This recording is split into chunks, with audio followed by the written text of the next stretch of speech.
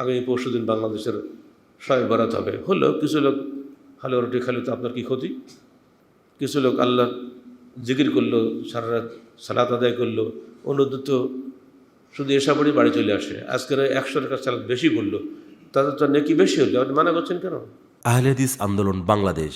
এমনি তর যুক্তি দিয়ে এই একটা চাক্ষুষ বেদাতকে বেদাতে হাসানা বানিয়ে হাজার হাজার মানুষকে পথভ্রষ্ট করা হচ্ছে। এখানে 3টা বিশ্বাস আমাদের মধ্যে ঢুকে আসছে, সেই বিশ্বাসগুলো আমাদেরকে শেষ করে দিয়েছে।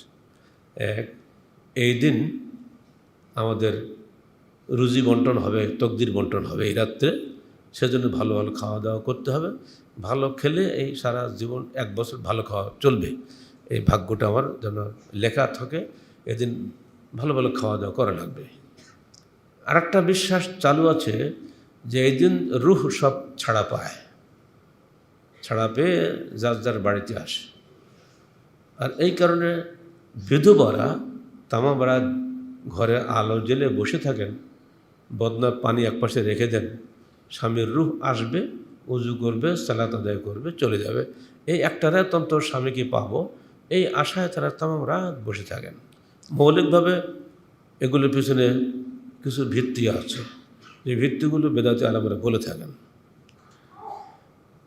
একটা হলো এই যে এই দিন একটা হাদিস বানানো হয়েছে এই বিষয়ে, যে হাদিসটি সমস্ত সহিহ হাদিসের বিরোধী।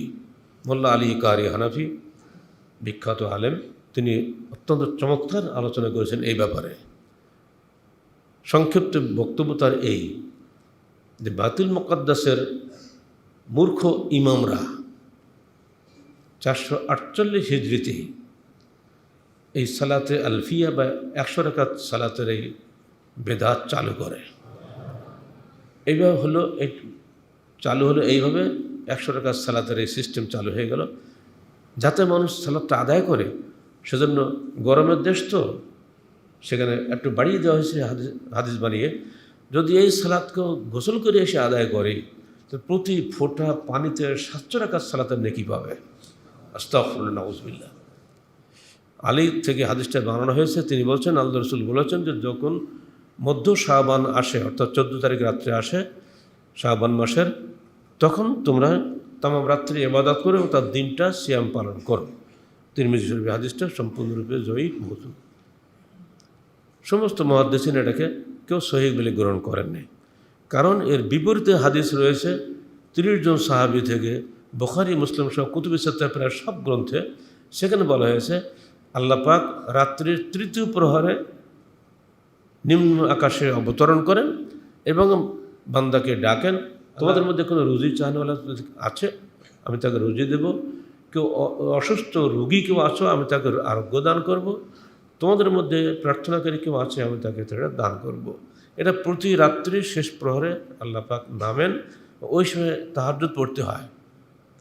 যেহেতু ওটা প্রতিদিন করতে হয়, ওটাতে কোনো আনুষ্ঠানিকতা হয় না, এর জন্য ওইখানে নিসফে মিন শাবান শব্দটা ঢুকিয়ে দেওয়া হয়েছে, দিয়ে একটা হাদিস বানানো হয়েছে। খলিফা হারুনুর রশিদের স্ত্রী খায়সুরান, উনি ছিলেন অগ্নি উপাসক বংশের সন্তান। উনি এই শবে বরাতের রাত্রিতে চুলু করে দিলেন আলোক সজ্জা করা, কারণ উনি এর আগে ওনার বাবা সবাই আলোক পূজা করতো, আগুন পূজা করতো। এই শুরু হয়ে গেল। বারামুখী মন্ত্রিসভা ছিল প্রায় 17 বছর। এই একটানা এদের প্রচার প্রসারে এই আলোকসজ্জা করার এই রেওয়াজটা চালু হয়ে গেল সেই খলিফা হারুনুর রশিদের আমল থেকে। আরেকটা আছে কি, যে এই রাত্রে তকদির বন্টন হয়। এ বিষয়ে তারা দলিল তো কিছুই নাই, কিন্তু যুক্তি তো আছে। আল্লাহ বলছেন, ইন্না আনজালনাহু ফি লাইলাতিন মুবারাকাতিন, আমরা কোরআন নাজিল করেছি একটি পবিত্র রজনীতে। ইন্না কুন্না মুনদিরিন, আমরা হলাম ভয় প্রদর্শনকারী। ফিহা ইউফরাকু কুল্লু আমরিন হাকিম, এদিন সকল প্রজ্ঞাময় কাজকর্ম সবাই সেখানে দিয়ে দেওয়া হয়। এইখানে যে চিন্তা করা হচ্ছে লাইলাতুল মুবারাকাতিন অর্থ পবিত্র রজনী, তো নিঃসন্দেহে ওটা শবে বরাতের রাতি হবে। কে বললো শবে বরাত রাত হবে? দলিল নাই। ইকরিমা থেকে এটা নিয়ে আসছে, একটা তাবি তার বক্তব্য থেকে। অথচ আল্লাহ নিজেই ব্যাখ্যা দিচ্ছেন, ইন্না আনজালনাহু ফি লাইলাতুল কদর, আমরা কোরআন নাজিল করেছি কদরের রাত্রিতে। যিনি নাজিল করলেন তিনি যদি আর আয়াতে ব্যাখ্যা দেন, সেখানে আপনার আমার ব্যাখ্যা দেওয়ার কোনো অধিকার আছে? কিন্তু না, দিতে হবে, না দিলে তো শবে বরাত হবে না। তো এবং শবে বরাত ঠিক রাখার জন্য মুজাহিদ নামক একজন তাবির নাম দিয়ে বলা হচ্ছে যে তিনি বলেছেন এটা শবে বরাত হতে পারে। আরে বাবা, তো ওইটা উনি নবী না, কিন্তু নাকি উনি আল্লাহ? ওইটাই তাদের যদি পক্ষে গেছে, অত ওইটাই তারা মেনে নিয়েছেন। সবার উদ্দেশ্যে আমাদের একটাই বক্তব্য, যাবতীয় বিদআত মুক্ত সহি সুন্নাহ উপরে আমল করুন, আর শিরিক মুক্ত নির্ভেজাল তৌহিদে বিশ্বাসী হওয়ার চেষ্টা করুন। শিরিক যুক্ত তৌহিদ দিয়ে কখনই জান্নাত পাওয়া যাবে না।